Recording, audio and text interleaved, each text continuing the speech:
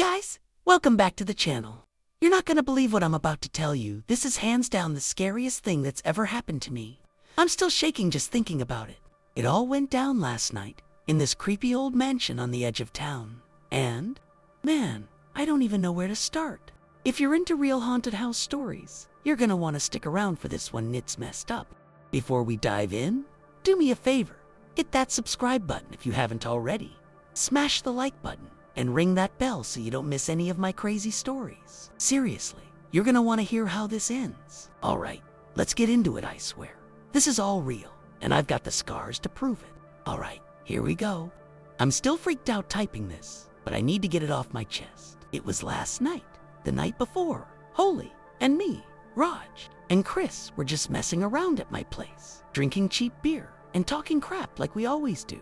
We live in this small town, and there's this old abandoned mansion out on the edge of it that everyone's always whispering about. It's this creepy, run-down place, big, sagging porch, cracked windows, vines choking the walls like they're trying to pull it into the ground. People say it used to belong to some rich Indian family who moved here ages ago, but something bad went down, and now it's just this haunted shell. We'd heard the stories growing up: ghosts, curses, the usual small-town rumors, but last night, with a few beers in us, it turned into a dare. Raj kept egging me on, saying I wouldn't have the guts to go inside. Chris chimed in, laughing, saying there's this bowl of red holy pagula. They call it still sitting in there, cursed or something. I don't know why I said yes, but I grabbed my jacket, told them to shut up, and headed out. Biggest mistake of my life. The walk to the mansion was quiet, just the crunch of gravel under my sneakers and the wind whistling through the trees. It was dark, moon barely showing, and when I got there, the place looked even worse, up close like it was waiting for me.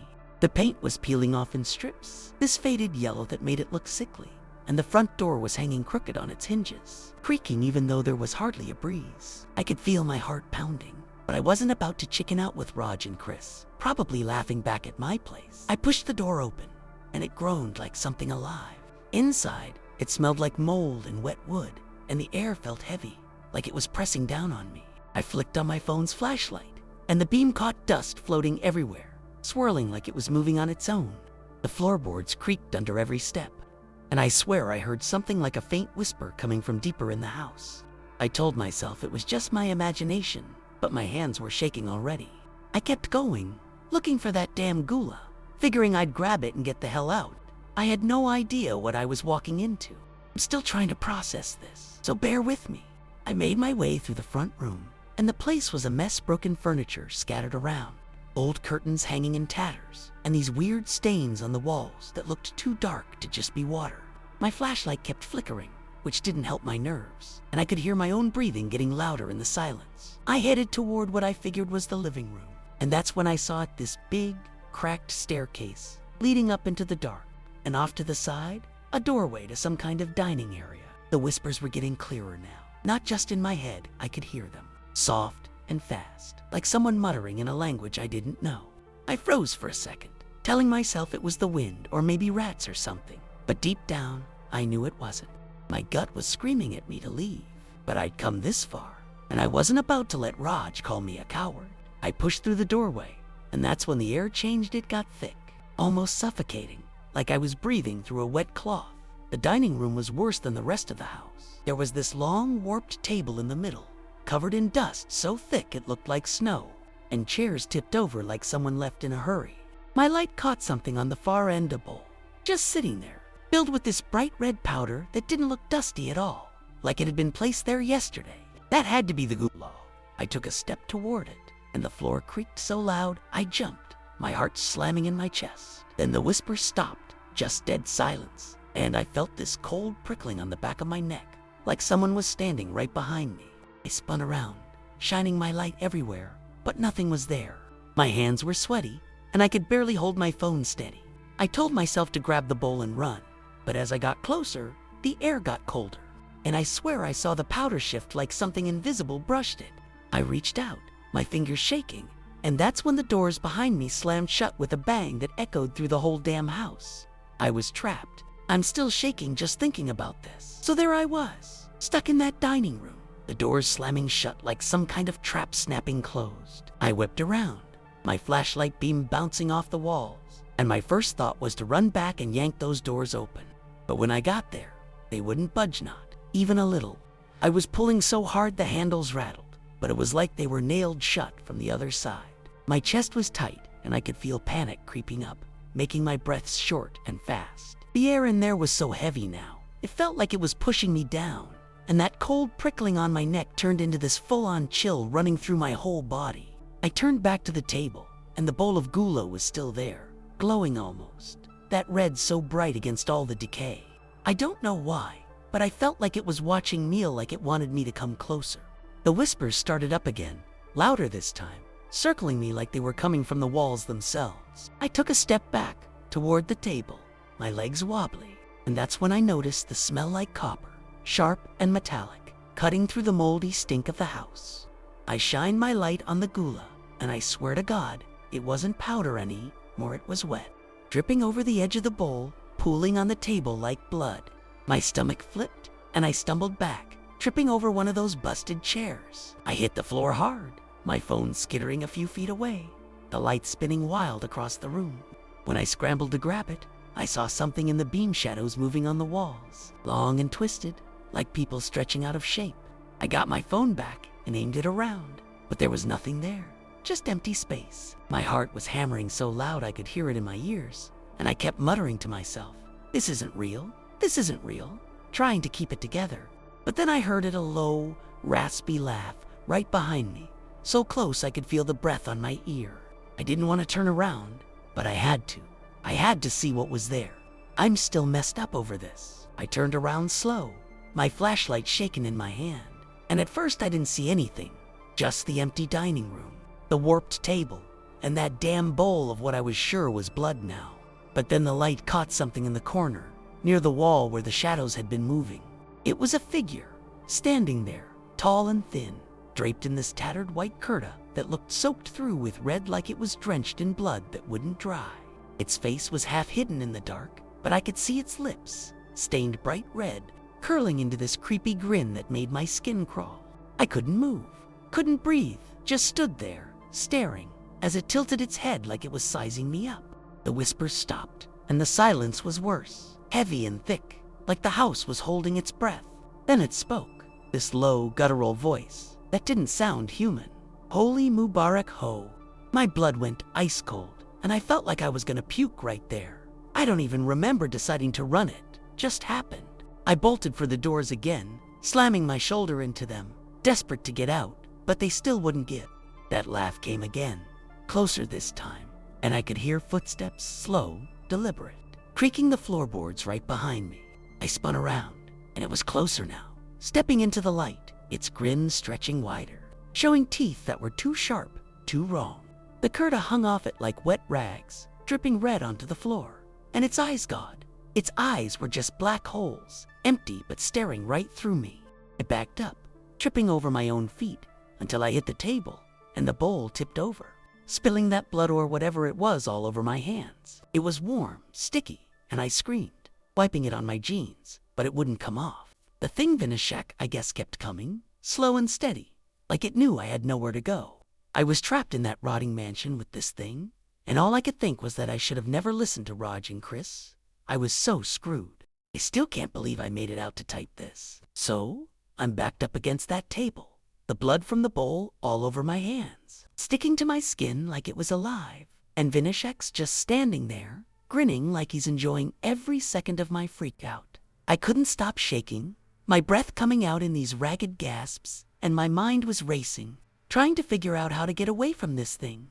The air was so cold now, I could see my breath fogging up, and that smell copper and rot was choking me. I glanced around, looking for anything, a window, a weapon, something, but the windows were boarded up tight, and the only thing close was a busted chair leg on the floor. I grabbed it, holding it up like some kind of shield, but my hands were slippery with that blood, and it felt useless. Vinashek didn't even flinch, just kept staring, those black eyes locked on me, and then it took another step, the floor groaning under its weight. I swear I felt the whole house shift, like it was alive and pissed off too. I swung the chair leg at it, yelling something I don't even know what, just noise to keep myself from losing it completely. The wood went right through it, like it wasn't even solid, and I stumbled forward, almost falling into it. That's when it lunged not fast, but sudden, like it didn't need to rush. Its hand shot out, cold fingers wrapping around my wrist, and it was like ice burning into my skin. I yanked back, but it was strong, pulling me closer, and I could feel my head getting fuzzy, like something was crawling inside my skull. That voice came again, raspy and deep, "Holy Mubarak Ho," and it echoed in my ears, over and over, until I couldn't think straight. My vision blurred, and I saw flashes of red powder flying through the air.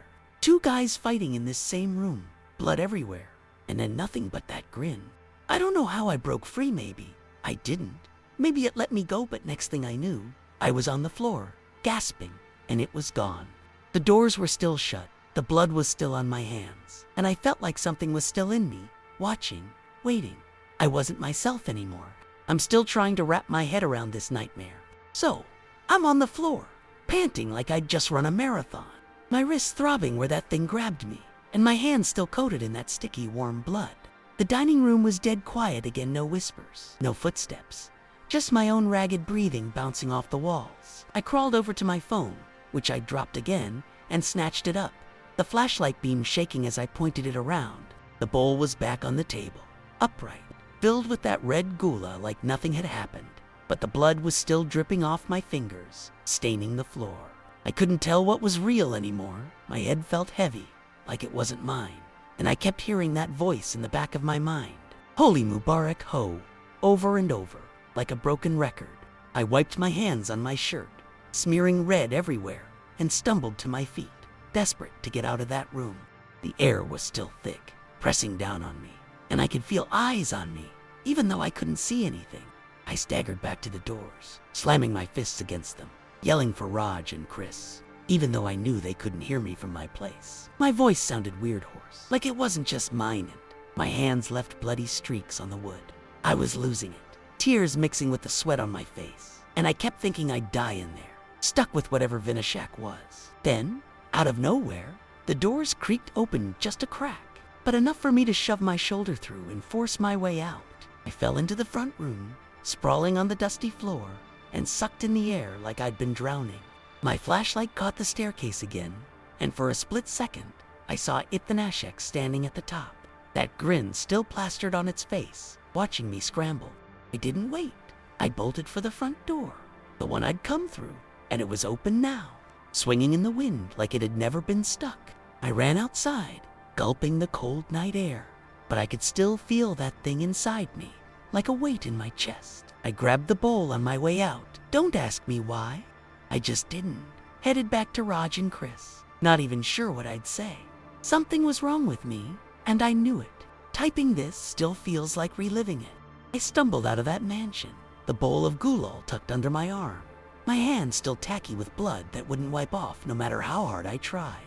The night air hit me like a slap, cold and sharp, but it didn't clear my head. It was still foggy, like I was half asleep, half something else. I could hear my sneakers crunching on the gravel as I hauled ass back to my place, the mansion looming behind me, its busted windows staring like eyes. My chest was tight, not just from running, but from this weird pressure, like something was sitting on me, whispering in my skull. That Holy Mubarak Ho kept looping in my head, and every time it did, my hands twitched, like they wanted to do something I didn't. I kept glancing at the bowl, that red powder sitting there all innocent, but I knew it wasn't just powder anymore. It was tied to whatever had gotten into me. I should have ditched it, but my arms wouldn't let go, like they weren't mine to control. When I got back to my place, Raj and Chris were still on the porch, beers in hand, laughing like nothing had happened. I could see them through the haze in my eyes, and part of me wanted to yell, to tell them what I'd seen, but my mouth wouldn't move right. Raj saw me first, his grin dropping as he stood up, saying something like, "Dude, you look like crap, what happened?" Chris got up too, eyeing the bowl, and reached out to grab it, all curious. That's when it hit me, this surge, like fire in my veins, and I didn't think, I just acted. I yanked the bowl away and swung at him, hard, my fist connecting with his jaw before I even knew what I was doing. He stumbled back, shocked, and Raj grabbed my arm, yelling, "Neil, what the hell?" But I couldn't stop. My head was screaming, that voice laughing, and I felt my hands move again, faster this time, grabbing a random garden tool off the porch, a rusty hand scythe thing. I don't remember deciding to swing it, but I did, and Chris didn't have a chance. Blood sprayed, hot and wet, and I just stood there, staring, while Raj screamed and bolted. I wasn't me anymore, Vinashak was. I'm still messed up just putting this down. So, Chris is on the ground, blood everywhere, his head half off from that scythe, and I'm just standing there, holding it. My hands slick with more than just the ghoul now. Raj is gone. I hear his footsteps fading down the street, yelling for help, and part of me wants to chase him, to stop him, but my body won't move how I want it to. That laugh in Ashek's laugh is in my head again, loud and sharp, and my vision's all blurry, like I'm watching myself through someone else's eyes. The bowl's still under my arm, that red powder glowing faintly in the porch light, and I can feel it pulsing, like it's alive, feeding off what just happened.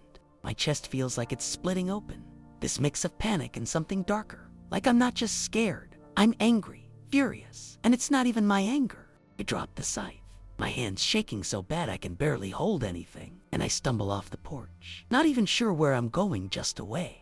The street's quiet, too quiet, and my sneakers are slapping the pavement, leaving bloody prints behind me. I keep seeing flashy Chris's face, wide-eyed and gone, then older stuff, like memories that aren't mine. 2 guys arguing in that mansion, red powder flying, blood on the walls. It's like Vinashek's shoving his past into my head, and I can't shake it. My legs carry me toward town, but I'm not in control, they're moving on their own, and that weight in my chest is heavier, pulling me somewhere. I pass the old gas station, lights flickering, and catch my reflection in the window. My face is blank, eyes dead, like I'm not even there anymore. The bowl's still with me, and I want to chuck it, smash it, anything, but my arms won't let it go. I hear sirens. In the distance, Raj must have called someone, and my gut twists, knowing I'm screwed. But that voice in my head just keeps laughing, saying Holy Mubarak, ho, like it's all a sick joke. I'm losing myself, and I don't know how to stop it. I'm still freaking out just typing this though. I'm stumbling through town, the sirens getting louder behind me, and my head's a mess, like I'm fighting to stay me while something else is clawing its way in. The bowl's still under my arm, that red ghoul sloshing around now, wet again, dripping down my side and leaving a trail on the ground. My hands are caked with blood, Chris's blood, and it's drying, cracking on my skin, but I can't stop to wipe it off. My legs keep moving, dragging me toward the edge of town, and I realize I'm heading back toward the mansion, like it's calling me. The streets are dark, just a few streetlights buzzing, and every shadow looks like that thing Vinashek grinning at me from the corners. My breath's coming out in sharp bursts, and I'm muttering to myself, this isn't me, this isn't me. But it's like my voice is fading, getting drowned out by that raspy laugh in my skull. I feel sick, dizzy, like I'm gonna pass out, but my body won't let me stop. I hit the gravel road leading to the mansion, and it's standing there in the distance, black against the night sky, windows like hollow eyes watching me come back. The air gets thick again, that same heavy feeling from inside, and my chest tightens so bad I can barely breathe. I trip, fall hard on my knees, and the bowl rolls a few feet away, spilling red across the dirt. It's blood again, no question, soaking into the ground like the earth's drinking it. I crawl toward it, not even sure why, and that's when I hear footsteps, not mine, but close, crunching behind me.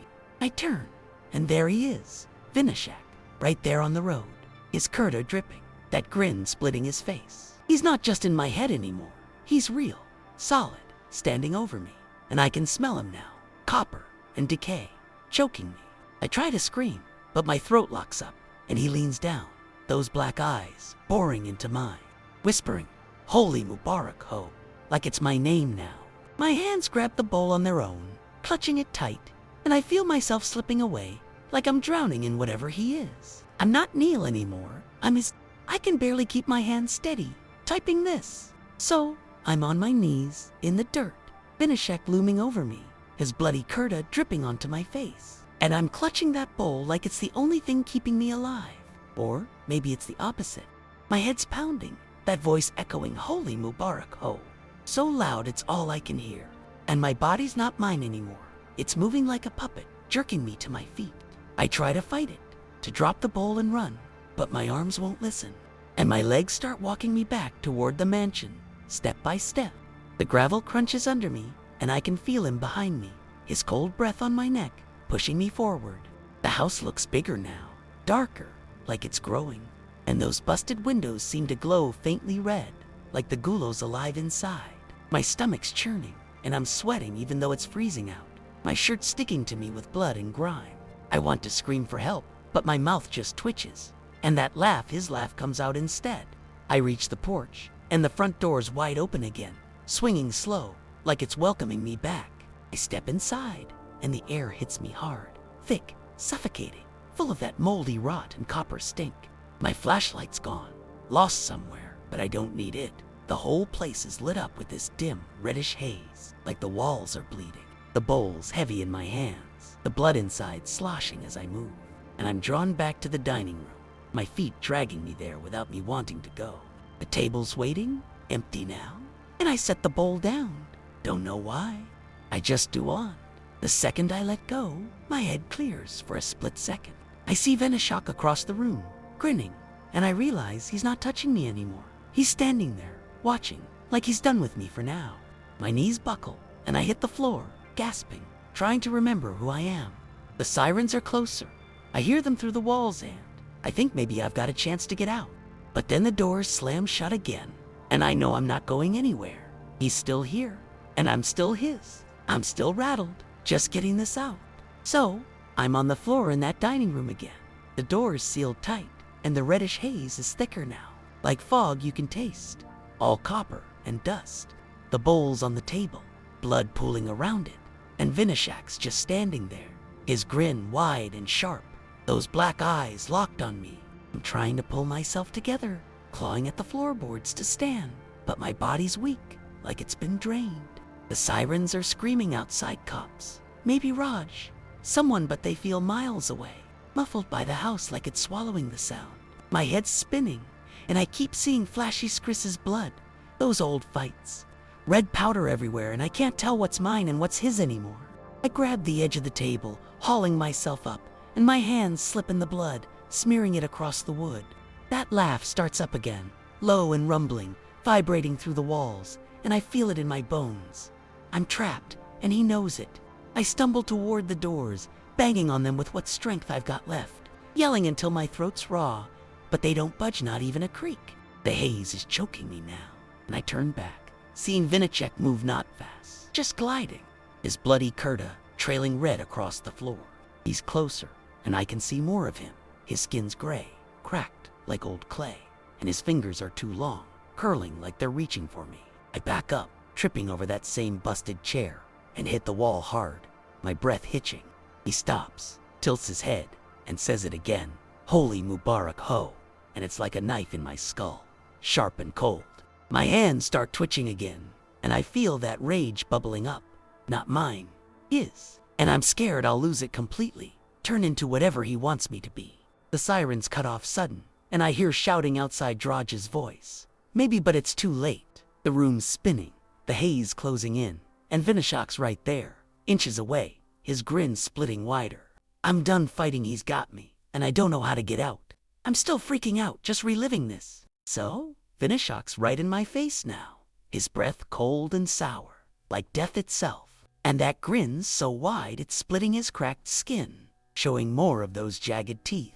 The reddish haze is so thick I can barely see the table anymore. Just him, towering over me, his kurta dripping blood that splashes on my shoes. My back's pressed against the wall, nowhere to go, and my hands are shaking bad, twitching like they want to grab something, anything to fight back. But my head's a mess, that holy Mubarak Ho pounding in my ears, and I feel like I'm slipping away, like Neil's just a name I used to have. The shouting outside's louder, Raj, definitely, and some other voices, maybe cops, but the house feels sealed, like it's cut off from the world. I try to yell back, to let them know I'm here, but my voice comes out wrong, raspy, deep, like his, and I clamp my mouth shut, terrified of what I'm turning into.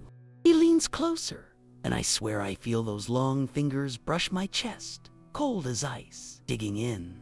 Then the room shakes like an earthquake, but sharper, and the floorboards groan under me. The haze swirls, and Veneshak pulls back, just a step, his grin fading into something meaner, angrier. I hear a crash somewhere in the house, glass breaking. Maybe a window, and voices shouting clearer now, cutting through the walls. My head snaps toward the sound, and for a second, I feel me again, like whatever's holding me slips. I lunge for the doors, slamming my shoulder into them, and this time they give just a little, enough to crack open.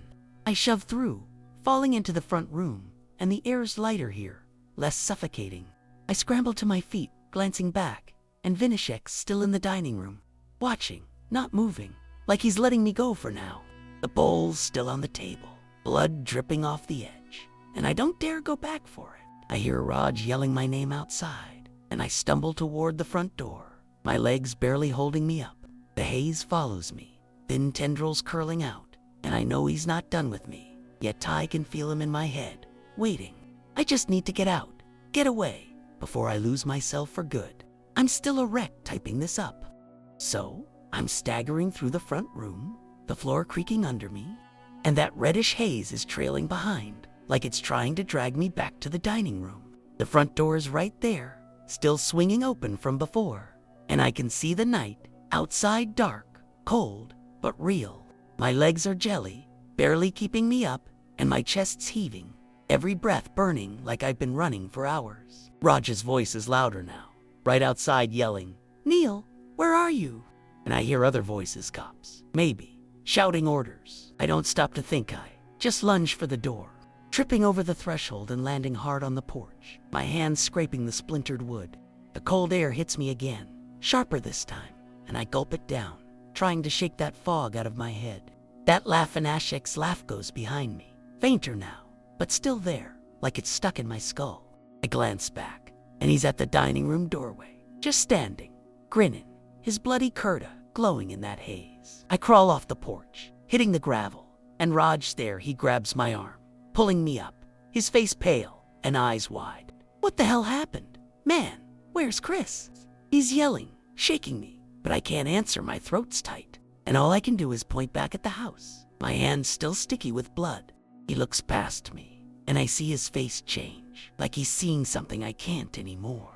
The cops are running up now, flashlights bouncing, shouting at us to get back, and I hear one of them gasp. Maybe they see Vinishek too, or maybe it's just the mess I left behind. My head's clearing, but slow, and that weight's still in my chest, heavy and cold, like he's not gone, just waiting. Raj drags me toward the road, away from the mansion, and I'm shaking so bad I can barely stand. The house looms there, quiet now, no more haze spilling out, but I know it's not over. I can feel him watching, feel that holy Mubarak ho humming under my skin. I don't know what I brought back with me, but it's not just me in here anymore. I'm still trying to make sense of this as I type.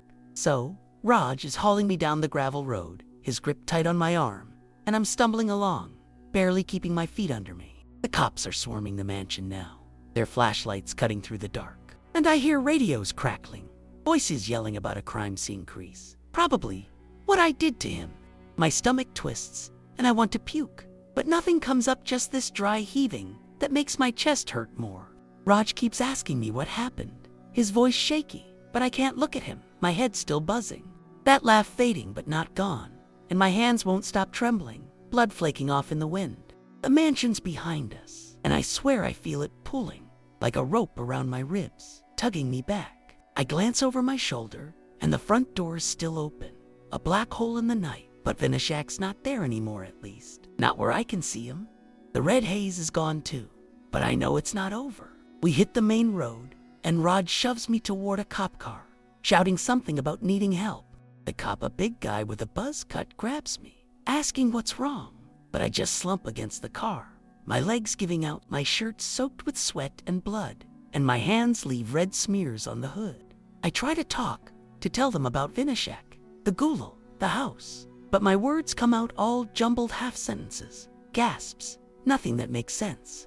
Raj pacing, running his hands through his hair, muttering about Chris, and I can see he's scared of me now, like he knows I'm not right. The cop's yelling into his radio, calling for backup, an ambulance, something, and I just sit there, staring at my hands, feeling that weight in my chest, pulse. It's quieter now, that voice, but it's still there, whispering Holy Mubarak Ho, like a secret I can't shake. The mansion's out of sight, but I know it's waiting for me, or someone else dumb enough to walk in. I don't know what I let out, but it's not done with me yet. I'm still a mess, just getting this out. So, I'm slumped against the cop car, the metal cold against my back, and Raj is freaking out nearby, talking fast to another cop who just showed up. My head's starting to clear a little, enough to hear the chaos sirens wailing, radios buzzing, and someone shouting about securing the house. The big cop's still next to me, asking questions I can't answer, his flashlight shining in my face, making my eyes sting. I squint, trying to focus, but all I can think about is that weight in my chest. It's not as heavy now, but it's still there, like a knot that won't untie. My hands are crusty with dried blood, Chris's and whatever came out of that bowl, and I keep rubbing them on my jeans, but it's stuck, like it's part of me now. Raj keeps glancing at me, his face all twisted up with fear and confusion, and I want to tell him I didn't mean it, that it wasn't me, but the words won't come. That laugh's still in my head, faint, like it's mocking me from a distance. The cop grabs my arm, pulling me up, saying something about taking me in, and I don't fight it. My body's too tired, and my mind's still half gone. They shove me into the back of the car, and the door slams shut, locking me in with my own thoughts. Through the window, I see the mansion in the distance, just a dark shape against the trees, and my stomach drops high. Swear I see a flicker of red in one of the windows, quick and gone, like a trick of the light. The car starts moving, gravel crunching under the tires, and I lean my head against the glass, feeling every bump jolt through me. The weight in my chest shifts, lightens a bit more, and that voice Vinashik's voice fades to a whisper, then nothing. It's quiet in my head for the first time since I stepped into that house, and I don't know if it's because I'm away from it or if he's just biding his time. Raj is still out there, talking to the cops, and I wonder what he's saying, what he saw, what he thinks I am now. I don't know what happened in there, not really, but I know it stopped as sudden as it started, and I'm left with nothing to explain it. I'm still shaken up just typing this out. So, I'm in the back of the cop car, the seat's hard and sticky, and the world outside's blurring past as we drive away from the mansion. My hands are cuffed now, tight enough to pinch, and the blood's flaking off in little bits onto my lap, mixing with the dirt and sweat. The cop in the front's talking into his radio, something about a suspect and a body Chris and. My stomach lurches, the reality of it slamming into me like a punch. I didn't mean to do it, I swear, but I can still feel the scythe in my hands, the way it cut through him like nothing, and I gag, pressing my forehead against the window to keep it together. The weight in my chest is almost gone now, just a dull ache, and that voice Vinashik's voice has stopped completely, leaving me alone with my own thoughts, which isn't much better. I keep replaying it. All the gula, the blood, that grinand. I can't figure out what was real and what wasn't. The mansion's out of sight, but I feel it still, like it's burned into me. We pull into the station, and the cop yanks me out, shoving me toward the building, while another guy grabs my arm, keeping me steady. My legs are wobbly, and I'm dizzy. The lights inside too bright after all that dark. They sit me in a room, cuffs still on, and I'm staring at the table, at my hands, trying to piece it together. Raj isn't here, I don't know where he went, and the cops are muttering outside the door. Words like homicide and unstable floating in my head's clearer now. But it's like I'm waking up from a nightmare I can't shake. Everything's too sharp, too real, and I keep waiting for that laugh to start up again. But it doesn't. The bowl's gone, left back at the house, and I wonder if they'll find it, if it'll still be blood when they do. I don't know what Vinashik was, or why he picked me, but it's over for now at least. It just stopped, out of nowhere, like a switch flipped, and I'm sitting here, alive, but not sure who I am anymore. I can't explain it, and I don't think I ever will. I'm still rattled, just getting this down. So, I'm in that room at the station. The wall's this dull gray that makes everything feel heavier, and the cuffs are digging into my wrists, cold metal biting my skin. The cop who brought me in comes back, sits across from me, and starts asking questions. Where'd the blood come from? What happened to Chris? Why I was at the mansion? His voice is hard, but I can see he's freaked out too. His eyes flicking to my hands like he's not sure what I'm capable of. I try to answer, but it's all a mess in my head, Vinashik. The gula, the way my hands moved on their own hand. What comes out is stammering, half sentences about a ghost and a curse. He doesn't buy it, just scribbles on his notepad, and I can tell he thinks I'm nuts, or high, or both. My chest's empty now. No weight, no voice, just this hollow feeling like something's been ripped out of me. I keep rubbing my thumbs over the blood on my hands, flaking it off, and it's all I can focus on while he keeps pushing. After a while, he leaves me there, door locked, and I'm alone with the buzzing fluorescent lights and my own breathing. I lean back in the chair, staring at the ceiling, and my mind's racing. Chris is dead. Raj probably hates me, and I don't even know if I'm me anymore. The mansion's miles away now, but I can still see it in my head, those cracked walls. That table, the way Vinashak stood there grinning like he owned me. I don't hear him now. No whispers, no laugh. And it's weird how quiet it is, like he just let me go. Or maybe he's done with me for good. The cop comes back with a cup of water, sets it down, and I drink it fast. My throat dry as hell. He says they found Chris, says it's bad. And I just nod, not looking at him. I already know. I was there. They didn't mention the bowl, and I don't ask. Whatever happened in that house, it's over, snapped off like a light. And I'm left sitting here, trying to figure out why I'm still breathing. It doesn't make sense, and it's scaring me more than the ghost did. I'm still a wreck just typing this up. So, I'm still in that interrogation room, the water cup empty and crumpled in my hand, and the cop's gone again, leaving me with nothing but the hum of the lights and my own messed up head. My hands are still caked with blood, flaking off in little bits onto the table, and I keep staring at them, like if I look hard enough, I'll figure out what the hell happened. Chris's face keeps popping up in my mind, his shock. The blood and I squeeze my eyes shut, trying to push it out, but it's stuck there. The cop said they found him, but he didn't say anything about the mansion being weird. No red haze or bloody goulal, and I'm starting to wonder if I imagined half of it, but my chest still feels off, like there's a hole where that weight used to be, and I can't shake the memory of Vinashak's grin, those black eyes drilling into me. It's too real to be fake, but it's gone now, and I don't get why. The door opens again, and this time it's two cops once, the big guy from before. The other's older, gray hair, looking at me like I'm a puzzle he can't solve. They sit down, and the older one starts talking, slow and calm, asking me to start from the beginning, why we went to the mansion, what I saw, what I did. I take a deep breath and try, telling them about the dare, the ghoul, the way the house felt alive. But when I get to Vinashek, my voice cracks, and I can see them exchange a look like they think I've lost it. I don't mention the voice in my head or how I wasn't me when I swung that scythe. It sounds too crazy, even to me. They ask about the bowl, and I freeze, saying I left it there, but I don't know if they found it or if it's still blood when they do. The older cop scribbles something, then leans back, staring at me, and I feel small, like a kid caught in a lie. Whatever happened stopped cold, no warning, and I'm sitting here with nothing to show for it but blood and a story no one believes. It's driving me nuts. I know it was real, but it's like the house just let me go. I'm still jittery just putting this down.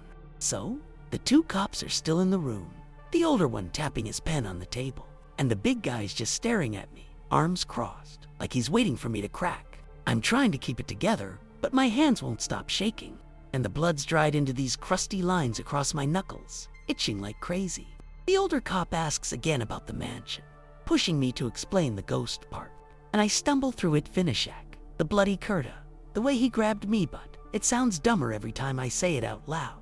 They're not buying it, I can tell, and the big guy mutters something about drugs, which pisses me off, but I don't have the energy to argue. My head's pounding now, a dull ache where that voice used to be, and I'm starting to feel stupid, like maybe I did imagine it. But then I remember Chris. How could I do that if it wasn't real? The room's too warm, and I'm sweating through my shirt, the blood smell mixing with it, making me queasy. They switch gears, asking about Raj, what he saw, and I tell them he was outside, that he didn't go in, he doesn't know the half of it. The older cop nods, writes something down, and then they start talking about Chris, how they found him on my porch, how bad it was. My throat tightens up, and I can't look at them. I just nod, staring at the table, feeling the guilt hit me like a truck. They don't say anything about the bowl or the house being weird, and I'm too scared to ask, like if I bring it up, it'll start again. The big cop leans in, asks why I ran back to the mansion after, and I freezy, don't even know. My legs just took me there. I mumbled something about being scared, and they let it drop. But I can see they're building a story in their heads, one where I'm just a psycho who snapped. That weight's gone, Vinashek's gone, and it's like nothing happened, except Chris is dead, and I'm here, covered in his blood, with no way to explain it. It stopped so fast, like a nightmare I woke up from, but I'm still waiting for that laugh to come back. I'm still messed up just typing this out. So, the cops keep grilling me, The older one asking the same questions in different ways, like he's trying to trip me up. And the big guy's just glaring, his jaw tight. My hands are sweaty now, the blood smearing again where I've been rubbing them on my jeans. And I can't sit still, the chair's hard, digging into my back, and the room's starting to feel smaller, like the walls are closing in. I tell them again about the dare, the mansion, how it felt wrong from the start. But when I mention Vinashek, they cut me off, saying they need facts, not stories. I shut up then, my mouth dry, and just nod when they ask about Chris, about the sci-fi. Don't know how to make them see. It wasn't me. Not really. My head's clearer than it's been all night, but it's useless if got nothing they'll believe. And that hollow spot in my chest is aching, like I lost something I didn't want anyway. The lights flicker just once, and I flinch, half expecting that grin to show up again. But it's nothing. They step out after a while, leaving me alone again, and I slump forward, my forehead hitting the table, the cool metal grounding me a little. I can hear them talking outside, low voices, something about Raj's statement, evidence at the house, and I strain to listen, but it's all muffled. My mind keeps going back to the mansion, that dining room, the way the air choked me, and the blood poured out of that bowl. I don't get why it stopped, why Vinashek just let me go, why I'm sitting here instead of still swinging that scythe. The cops come back in, and the older one says they're holding me, that they've got enough to charge me with Chris's death, and my stomach drops. I knew it was coming, but it still hits hard. They uncuff me just to move me to a cell, and my wrists are raw, red under the blood. As they walk me down the hall, I keep waiting for that voice, that weight, to come back, but it's gone, like it never happened. It's just me now, stuck with what I did, and no way to prove what really went down in that house. I'm still shaky just getting this out. So, they're walking me down this dim hallway, the fluorescent lights buzzing overhead, and my sneakers squeak on the linoleum, leaving faint red streaks from the blood still stuck to them. The cops don't say much, just one on each side, their hands on my arms like I might bolt, but I'm too wiped out to even try. My head's spinning with everything Chris, Raj, that damn mansion, and I keep replaying it, trying to figure out where it went wrong, why I didn't just walk away. The cell's small, concrete walls, and a metal bench, and they shoved me in, the door clanging shut behind me with this heavy thud that echoes. I sink onto the bench, my back against the cold wall, and stare at my hands. The blood cracked and peeling like old paint. That hollow feeling in my chest is all I've got left. No voice, no weight, just me and the guilt eating me alive. I can still hear Vinashek's laugh in my memory, but it's not real anymore, just a ghost in my head. I sit there for what feels like hours. The station noises, filtering in, phones ringing, footsteps, someone yelling down the hall, but it's all background to the mess in my mind. I keep thinking about the bowl, wondering if they found it, if it's still blood or back to powder, and what it means if it's gone. Raj is out there somewhere, probably telling them I lost it, and I don't blame him. He saw what I did to Chris, saw me come back wrong. The cops think I'm a killer, and maybe I am, but I know it wasn't just me in that house. Something took me over, and then it just stopped, like it got bored. I rub my face, my hands rough with dried blood, and try to breathe slow, but my chest's tight, like it's still waiting for Vinashek to come back. The cell's quiet, too quiet, and I'm stuck here. No answers, no way to explain why it ended so sudden. It's like the mansion spit me out, left me to deal with the wreckage, and I can't shake the feeling it's not done with me or this town yet. I'm still a mess, just typing this up. So, I'm sitting in that cell, the concrete cold through my jeans. My hands are resting on my knees, blood flaking off every time I move. The station's noises are fading now, like everyone's gone home or given up on me for the night. And it's just me and the silence, heavy and thick. My head's still spinning, but slower, like I'm finally catching up to what happened. Dan, I keep going back to that dining room. The way Vinashek's grin filled the whole space, the blood dripping off that table. I don't get why he let me go, why it all just stopped after dragging me that far. Chris dead, me half gone, and then nothing. My chest feels raw, like something's been scraped out of it, and I'm scared to close my eyes, worried I'll see him again, even though he's not here. The cell smells like bleach and rust, and it's grounding me a little, keeping me in the now, but not enough to stop the shakes. I lean my head back against the wall, the cold biting into my skull, and try to piece it together. Raj, daring me, the ghoul turning to blood, the way my hands moved without me telling them to. It's like a movie I can't turn off. every detail sharp and awful. And I keep waiting for that laugh to creep back in, but it doesn't. The cops haven't come back, and I wonder what they're doing checking the mansion, talking to Raj, figuring out how to pin this all on me. I don't blame them. I'd think I was crazy too if I heard this story from someone else, but I know what I felt, what I saw, and it was real, even if it's gone now. My throat's dry, and I lick my lips, tasting sweat and the faintest hint of copper. And it hits me again that Chris is gone because of me, or whatever I was in that moment. It stopped so fast, like a door slamming shut, and I'm left here, alive but not whole, with no clue why it ended or if it's really over. I just want to know what the hell that house wanted from me. I'm still rattled just getting this out. So, I'm still on that bench in the cell, my back stiff from leaning against the wall too long, and my hands are clenched into fists, the blood cracking more with every flex. The silence is getting to me now, and it's not peaceful. It's heavy, like the air is pressing down, reminding me of the mansion all over again. My mind won't stop running Chris's blood on the porch, Raj's face when he saw me, that bowl sitting there like it was waiting for me to pick it up. I keep asking myself why I didn't just leave it, why I had to grab it and bring it back. But it's like my body wasn't mine to control then. That hollow spot in my chest is still there, quiet but nagging. And I'm starting to think it's not going away like. Vinashak left a mark I can't see. The cell's dim, just a weak light overhead, and it's making shadows on the walls that keep tricking my eyes, making me jump. I shift, pulling my knees up, and rest my head on them, trying to block it all out, but it's no use. Every time I blink, I see that dining room, the red haze, Vinashek's grin splitting his face. I don't get how it went from that to this just me, locked up, with nothing left of him but memories I don't want. The cops haven't checked on me in a while, and I'm wondering what they found at the house if the bowl's still there, if it's blood or powder or gone completely. Rogers probably told them everything he saw, and I bet he's scared out of his mind, thinking I flipped for no reason. I wish I could tell him it wasn't me, that something took over, but he'd never believe it not, after what I did. It's like the mansion played me, sucked me in, then spit me out when it was done, and I'm stuck here picking up the pieces. That laugh's not back, the wait's not back, but I'm still waiting, half convinced it'll start again any second. It's too quiet, and I don't trust it.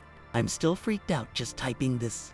So, I'm curled up on that bench, knees to my chest, and the cell's so quiet, I can hear my own heartbeat, thumping too fast in my ears.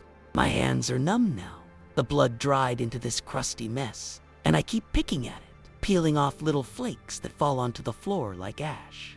My head's still stuck on the mansion, those creaky floors. The way the air got thick, that bowl of ghoul turning into something I can't unsee. Don't know why it let me go. Why Vinashek just stopped after all. That Chris dead. Me swinging that scythe, and then nothing. Like he got bored and walked away. That hollow feeling settled in deep, like a bruise I can't touch. And I'm scared it's permanent. Some kind of scar he left behind. The shadows in the cell keep moving. Just tricks of the light. But every flicker makes me tense up, waiting for that grin to show up again. I uncurl a little, stretching my legs out, and the bench creaks under me, loud in the stillness. I'm trying to think Strach is out there, probably hates me, and the cops are building a case, probably calling me a nut job who snapped over a dare. I can't blame them without the house, without Vinajek. It's just me and a dead friend, blood all over my hands. I keep wondering what they saw when they went in there, if the dining room's still messed up, if the blood's still dripping, or if it's all back to normal, like it never happened. My throat's tight, and I swallow hard, tasting the leftover panic from earlier. It's so weird how it ended, just cut off. No warning, no reason, leaving me here with nothing to say that makes sense. I lean my head back, staring at the ceiling, and it hits me. I don't know if I'm free or if I'm just waiting for him to come back. The quiet's too much, like it's hiding something, and I'm stuck here, alone, with no answers and a friend I can't bring back. I'm still shaky just getting this down. So, I'm sitting there in the cell, legs stretched out, and the cold from the bench is seeping into my bones, making me shiver even though I'm still sweating under my bloody shirt. My hands are a mess, blood caked under my nails, and I can't stop staring at them, like they're proof of something I don't want to believe. The silence is suffocating now, pressing in on me, and my mind's looping back to the mansion, those busted windows. The way the table looked with that bowl on it, Vinashak's voice cutting through me like a blade. I don't get why it stopped, why he had me kill Chris, drag me back, and then just drop me like I didn't matter anymore. That empty spot in my chest feels bigger, like it's swallowing me slow. And I'm starting to think I left part of myself in that house. The cell's light buzzes, faint and annoying, and it's the only sound keeping me from losing it completely. I shift again, pulling my legs back up, and hug my knees, trying to feel something normal. But it's no use, everything's off, like I'm not plugged in right anymore. I keep thinking about Raj, how he looked at me when I came back, all that fear in his eyes, and I wonder if he's okay or if he's as messed up as I am. The cops haven't said anything about the mansion being weird, no red haze, no bloody goulash, just Chris, dead on my porch, and me, the guy who did it. It's like the house cleaned itself up after I left, hid everything so I'd look crazy. My head's throbbing now, a dull pulse behind my eyes, and I'm scared to sleep scared. I'll dream of that grin, those black eyes, and wake up with him back in me. It all stopped so sudden, like a storm blowing out. I'm left here, stuck in this cell, with no clue why I'm still here or what he wanted. The quiet's heavy, and I'm just waiting, half sure it's not over, even if it feels like it is. I'm still a wreck, just typing this out. So I'm huddled on that bench, arms wrapped around my knees, and the cell's cold is sinking deeper, making my teeth chatter even though my skin's clammy with sweat. My hands are stiff, blood dried into every crease, and I keep flexing them, feeling the cracks split open, like I'm trying to shake off what happened. My head's stuck on the mansion, that dining room, the way the floor groaned, Vinishek standing there with that grin that made my guts twist. I don't get it, why he took me over, made me do that to Chris, and then just bailed, leaving me here with nothing but blood and a story no one's gonna swallow. That hollow in my chest is like a pit now, cold and quiet, and I'm starting to wonder if it's him, still there, just waiting for the right moment. The cell's light flickers again, and I flinch, my heart jumping, but it's just the bulb, not him, not yet. I rock a little back and forth, trying to calm down, but my mind's racing Raj's scream when he ran, the cops' faces when they saw me, the way that bowl felt alive in my hands. I keep asking myself why I didn't drop it, why I brought it back, but it's like my body had its own plan, and I was just along for the ride. The station's dead quiet now, no footsteps, no voices, and it's making me antsy like the world's holding its breath, same as the house did before it all went nuts. I don't know what they found in there, if the blood's gone, if the ghoul's back to powder, or if it's all just waiting for someone else to stumble in. My throat's raw, and I cough, the sound bouncing off the walls, too loud in the stillness. It stopped so fast, no warning, no reason, just me left here, covered in Chris's blood, with no way to explain it. I'm scared it's not done, that he's still in me somewhere, and this quiet's just a trick to keep me guessing. I'm still freaking out, just putting this down. So I'm rocking on that bench, the metal creaking under me, and the cell's so cold now I can see my breath puffing out in little clouds, even though my shirt's soaked with sweat and blood. My hands are locked tight around my knees, blood flaking off onto my jeans, and I can't stop shaking, like my body's still wired from the mansion, waiting for something to happen. My head's a mess, stuck on that dining room, the red haze, the way Vinishek's voice crawled into me, that bowl of goulol turning to blood right in front of my eyes. I don't get why he picked me, why he made me do that to Chris, then just cut out like it was nothing. That empty spot in my chest is deep now, like a hole I can't fill, and I'm terrified it's him, sitting quiet, ready to take over again. The cell's light hums, steady but weak, and every shadow on the wall makes me twitch, expecting that grin to show up. I stop rocking, lean my head back, and try to breathe slow, but my chest's tight, like it's still clogged with that thick air from the house. I keep thinking about Raj, how he dragged me away, his voice cracking in. I wonder if he's safe, if he's telling the cops about me, or just trying to forget. They haven't come back, and I'm stuck here. No clue what they found at the mansion, if the table's still smeared, if the bowl's gone, or if it's all normal now, hiding what it did. My hands itched, the blood crusty and rough, and I scrape at it with my nails, needing to feel something real. It's so weird how it ended, just stopped, like someone hit pause, and I'm left here, alive but not right, with Chris's death on me and no way to prove it wasn't just me. The quiet's heavy, pressing down, and I'm waiting for that laugh, that holy Mubarak ho, to start up again, even though it's been gone for hours. I don't trust it. This silence feels like a lie, and I'm scared I'm not out of it yet. I'm still a mess, just typing this up. So, I'm sitting there, head back against the wall, and the cell's cold is biting into me, making my joints ache while my hands tremble, still caked with that blood that won't come off. My breath's shallow, fogging in the dim light, and I'm trying to focus on anything but the mansion anything. But Vinishek's grin, the way his voice sank into me, that bowl dripping red all over my life. I don't get why it stopped, why he pushed me that far, made me kill Chris, then just vanished, leaving me here to rot. That hollow in my chest is like a dead weight now, silent but there, and I'm starting to think it's not going anywhere, like he carved out a piece of me and kept it. The cell's too quiet, just the faint buzz of the light, and it's driving me nuts. Every little sound makes me jump, thinking he's back, even though I know he's not here. My hands clench, cracking the blood more, and I can still feel it, warm and sticky, like it was hours ago. I slide down a bit, my back scraping the concrete, and pull my knees up again, resting my forehead on them, trying to block it all out. Raj's face keeps flashing in my head, pale, scared, dragging me away, and I wonder what he's doing now, if he's okay, or if he's as wrecked as me. The cops haven't said a word since they locked me in, and I'm left guessing what they sought at the mansion, clean itself up, hide the blood, the gulo, everything. My throat's dry, and I lick my lips, tasting salt and that faint copper again. And it hits me, Hardchris is gone, and I did it, even if it wasn't me running the show. It's so messed up how it just ended, no build-up, no fade, just done, like the house got tired of playing. I'm stuck here, blood all over me, with no answers, no way to make anyone see what really happened. The silence is thick, and I'm waiting, half sure that laugh's gonna start up again, even though it's been quiet too long. I don't know what's worse, that it's over, or that I'm still waiting for it to come back. I'm still shaking, just getting this out. So, I'm slumped on that bench, forehead on my knees, and the cell's cold is seeping through my clothes, making my skin prickle, while the blood on my hands cracks with every twitch. My breath's uneven, catching in my throat, and my head's stuck on that mansion, the creaky stairs, the dining room thick with haze, Vinishek's grin cutting through it all. I can't figure out why he stopped, why he took me over, made me swing that scythe, then just let go like I was nothing. That empty spot in my chest is steady now, a dull ache I can't shake, and I'm scared it's him, still lurking, waiting for me to drop my guard. The cell's light buzzes faintly, casting shadows that keep messing with me, making me think I see something move, but it's just my eyes playing tricks. My hands feel heavy, weighed down by the blood, and I can still smell it, copper and sweat, sticking to me like a second skin.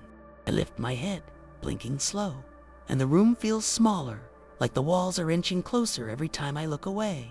Raj's voice keeps echoing in my mind. Neil, what the hell? And I wonder if he's out there hating me, or if he's trying to tell them it wasn't my fault. The cops haven't come back, and I'm left wondering what they found. Did the bowl vanish? Did the blood dry up?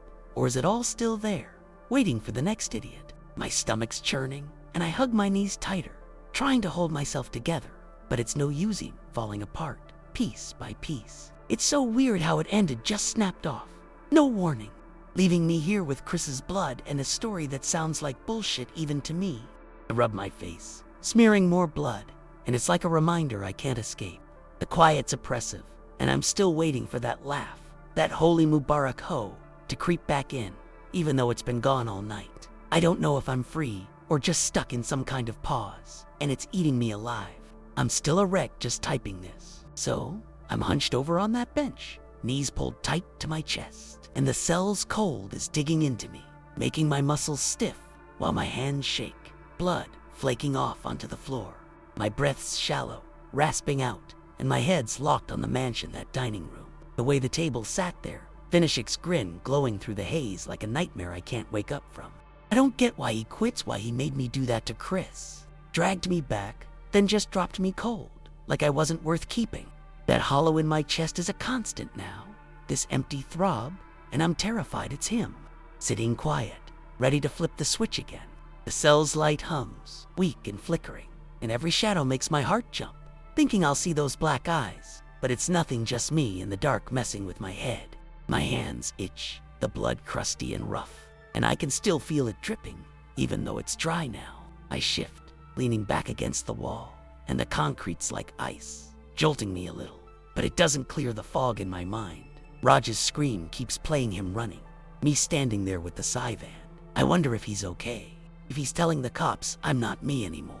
They haven't checked in, and I'm stuck guessing, did the mansion hide it all? The blood, the gula, or is it sitting there, daring them to figure it out? My throat's scratchy, and I cough, the sound harsh in the quiet, and it hits me Agencris is dead because of me, even if I wasn't driving. It's so screwed up how it just stopped. No buildup, no fade, just gone, leaving me here covered in blood with no way to explain it. I rub my eyes, smudging more red, and it's like I'm marked, stuck with this forever. The silence is thick, pressing in, and I'm waiting for that laugh to start up, even though it's been hours. I don't know if it's really over, or if I'm just kidding myself. And that's the worst part, I'm still scared he's in me, waiting to finish what he started. I'm still freaked out just putting this down. So, I'm leaning against the wall now. The cold concrete's numbing my back, and my hands are resting on my knees, blood cracked and peeling like old paint while my fingers twitch.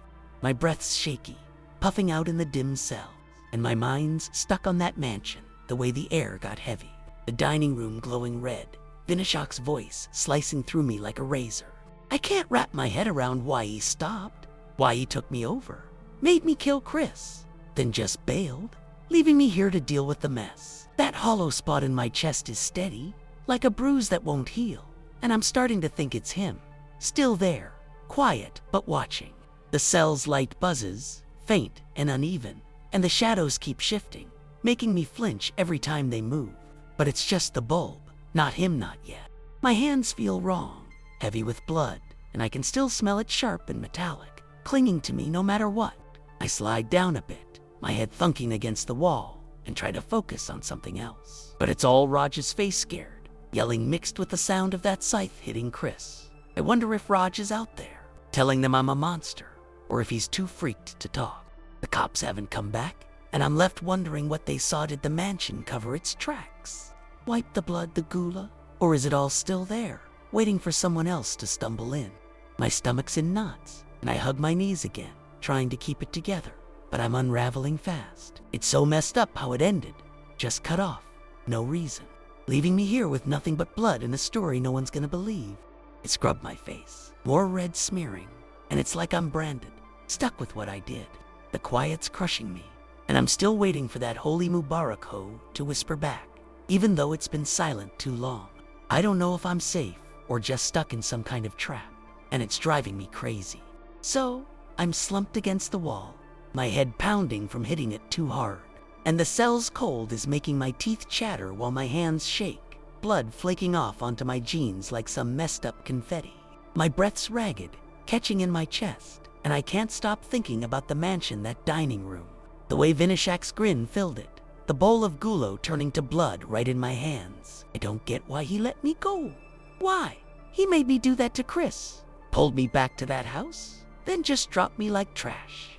That hollow in my chest is like a black hole now, sucking everything in, and I'm scared it's him, still hiding, waiting for me to break. The cell's light flickers, weak and annoying, and every shadow makes my heart race, thinking I'll see him again, but it's just me, alone with this crap.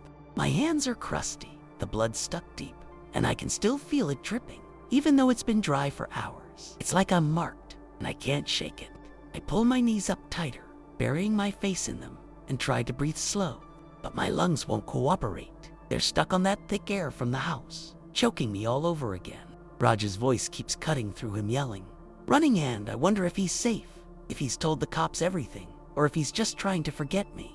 They haven't checked in, and I'm left guessing, did the mansion clean up, hide the blood, the gulo, or is it sitting there ready for the next guy dumb enough to walk in? My throat's raw, and I cough, the sound bouncing off the walls, too loud in this dead quiet. It's so weird how it stopped, no warning, no slow fade, just gone, leaving me here with Chris's blood and no way to make sense of it. I rub my eyes, smearing more red, and it's like I'm stuck in it, drowning in what happened. The silence is heavy, and I'm waiting for that laugh to start again, even though it's been quiet all night. I don't know if it's over or if I'm just kidding myself, and that's what's killing Mime, still scared he's not done. So, I'm curled up tight on that bench, face buried in my knees, and the cell's cold is sinking into my bones, making me shiver while my hands tremble, blood cracking off in little chunks. My breath's short, wheezing out, and my head's stuck on that mansion, the way the floor creaked, the red haze choking the air, Vinashok's voice digging into me like a hook. I can't figure out why he stopped, why he turned me into that, made me kill Chris, then just cut me loose like it was nothing. That hollow in my chest is all I've got left, this empty ache that won't quit, and I'm starting to think it's him. Still there, silent but waiting for me to crack wide open. The cell's light buzzes, flickering just enough to mess with me, and every shadow feels like him, grinning, but it's just the walls playing tricks. My hands are rough, the blood caked deep, and I can still smell it sharp and wrong, sticking to me like a stain I can't scrub off. It's like I'm trapped in that moment, even here. I lift my head, blinking at the dimness, and the cell feels like it's shrinking, the concrete closing in slow and steady. Raj's face keeps flashing scared pale, dragging me away, and I wonder if he's out there telling them I'm lost, or if he's too freaked to even try. The cops haven't come back, and I'm stuck wondering, did the mansion erase it all? The blood? The gula? Or is it sitting there, waiting to pull someone else in? My stomach's twisting, and I hug my knees harder, trying to hold it together, but I'm falling apart, bit by bit. It's so screwed up how it ended. Just snapped off. No reason. Leaving me here with nothing but blood and a story that sounds insane. I wipe my face, more red smearing, and it's like I'm wearing it now, marked by what I did. The quiet's thick, pressing down, and I'm still waiting for that holy Mubarak Ho to creep back, even though it's been gone too long. I don't know if I'm out, or if he's just biding his time, and that's what's tearing me up. I'm still scared I'm not me anymore. Oh, I'm still huddled on that bench, knees to my chest, and the cell's cold is numbing me. My hand's shaking so bad the blood's flaking off like dry mud onto the floor. My breath's ragged, catching in my throat, and my head won't let go of the mansion, that dining room. The way Vinashek's grin lit up the haze, the bowl of gulal bleeding out in my hands. I don't get why he stopped, why he made me do that to Chris, dragged me through hell, then just dumped me here like I was used up. That hollow in my chest is permanent now. This dead spot I can feel every time I breathe, and I'm terrified it's him, lurking, waiting for me to slip. The cell's light flickers, weak and tired, and the shadows keep moving, making me twitch. But it's just me, stuck with this nightmare. My hands are a mess, blood ground into my skin, and I can still feel it warm, wet, even though it's been dry forever. It's like the house branded me, and I'm never getting clean. Then it hits me, the quiets, too deep, too final, and I realize it's done. Just like that. No laugh, no holy Mubarak Ho, no weight creeping back, just nothing. Like it all switched off and left me here, alive but wrecked. I uncurl a little, staring at the cell door, and my heart's still pounding, waiting for something that doesn't come. Raj is out there somewhere. The cops are probably writing me off as a psycho, and the mansion's sitting quiet like it never happened, but I know it did, even if I can't prove it. My throat's tight, and I swallow hard, tasting blood and fear. But it's over, snapped shut with no warning, no reason. I don't know why he let me go, why it stopped, and I'm still sitting here, covered in Chris's blood, with no answers, just this empty, messed up feeling I can't shake. It's like the house got what it wanted and moved on, and I'm left holding the pieces, scared it'll start again someday, but for now, it's just gone. I can't explain it, and I don't think I ever will.